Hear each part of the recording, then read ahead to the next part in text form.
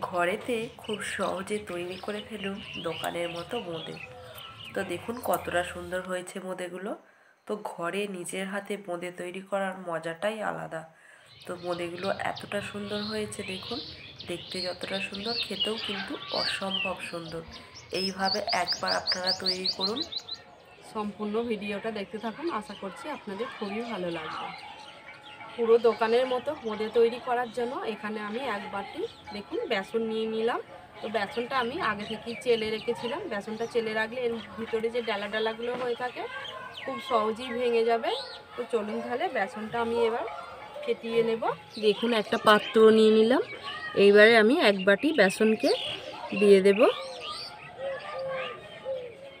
এইবারে দেখুন অল্প অল্প জল দিয়ে বেসনটাকে ফেটিয়ে নেব।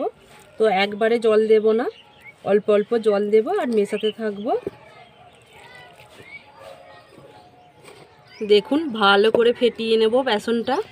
তো বেসনটা ফেটানোর উপরেই নির্ভর করে যে বোঁদেটা কেমন হবে। বোঁদেটা ভালো করে ফেটালেই এই বেসনটা বোঁদেটা ভালো হবে আর বোঁদেটা ফুলবেও ভালো। তো দেখুন ভালো করে ফেটাতে হবে। দেখুন বন্ধুরা, বেসনটাকে ভালো করে ফেটিয়ে নিয়েছি। তো আমি ব্যাটারটা ঠিক এই রকম রেখেছি, খুব মোটা হবে না, একটু হালকা ওরই মধ্যে পাতলা রাখতে হবে। তো খুব মোটা হলে ভিতরটা সে শক্ত হয়ে যাবে। তো দেখুন আমি এই রকম ঠিক রেখেছি। তো এইবারে আমি 10 থেকে 15 মিনিটের জন্য ঢাকা দিয়ে রেখে দেব। দেখুন বন্ধুরা, এখানে আমার 10 মিনিট মতো রেখে দিয়েছিলাম।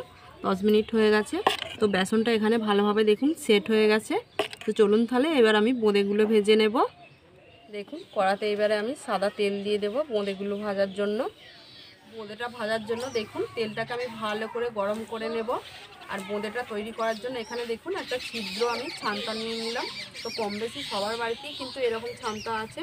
তো এই ছান্তাটা করেই আমি বোঁদেগুলো ভাজবো। দেখুন বন্ধুরা, এইবারে আমি বোঁদেগুলো তৈরি করে নেব। এখানে দেখুন ছান্তায় আমি এক হাতা বেসন দিয়ে দিলাম। তো দেখুন আস্তে আস্তে এবার পড়বে। তো দেখুন আস্তে আস্তে পড়ছে, কিন্তু খুব দূরত্বে রাখলে হবে না, এরকম তেল থেকে 1 গিট কি 2 গিট উপরে ছান্তাটা রাখতে হবে। তো দেখুন নাড়ালেও হবে না, আস্তে আস্তে নিজে নিজেই পড়বে। তো আমার এই ছান্তার ছিদ্রটা একটু ছোট আছে, একটু বড় হলে ভালো হতো। তো দেখুন বন্ধুরা, উল্টে পাল্টে বোঁদেগুলোকে ভালো করে ভেজে নেব। একটু হালকা লাল লাল কালার এলে আমি তুলব। দেখুন হয়ে গেছে আমার ভাজা, এবারে আমি তুলে নেব।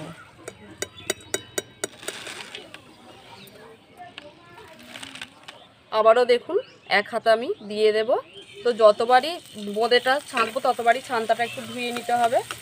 ধুয়ে নিলে ভালো হয়, মানে ফ্রেশ হবে, মানে ছিদ্র দিয়ে ভালোভাবে পড়বে।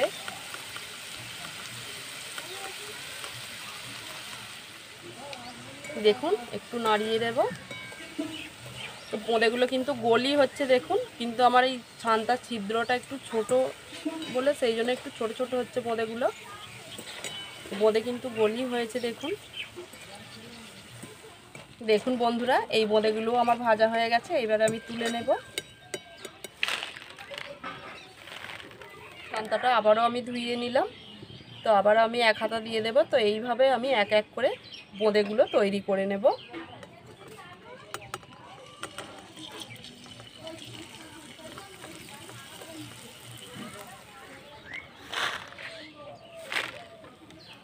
দেখুন বন্ধুরা, এখানে আমি আলাদা করে একটু বেসন তুলে রেখেছিলাম। তো আমি লাল কালারের করব বলে, তো দেখুন এখানে একটু কালার নিয়ে নিলাম, দিয়েই বেসনটাতে এবার আমি গুলে নেব। তো বোঁদেতে একটু লাল কালার মেশানো না থাকলে একটা ভালো লাগে না দেখতেও। এবারে আমি লাল কালারের বোঁদেটা তৈরি করে নেব। তো এটা আলাদাভাবে নিয়েছি।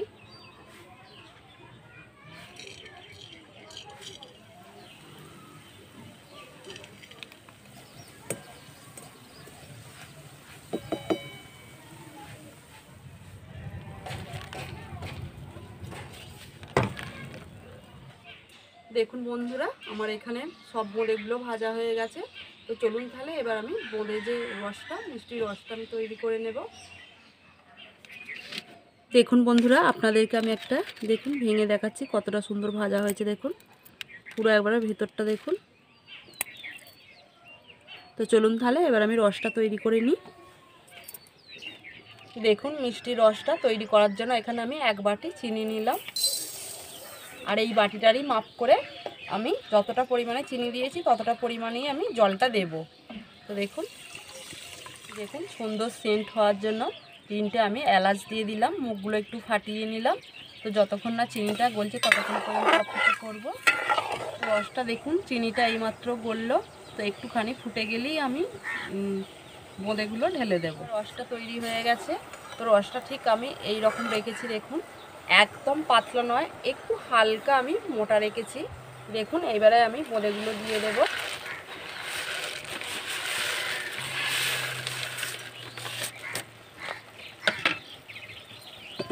তো উল্টে পাল্টে নাড়চাড় করে নেব একটু, যাতে চিনি রসটা ভিতরে ঢুকে যায় ভালোভাবে। দেখুন এই গরম রসেতেই আমি উনানেতে কিছুক্ষণ আমি বসিয়ে রাখবো। দেখুন বোঁদেটা ভালোভাবে রসটা টেনে নিয়েছে। এইবারে আমি বোঁদেটা তুলে নেব একটা পাত্রে। দেখুন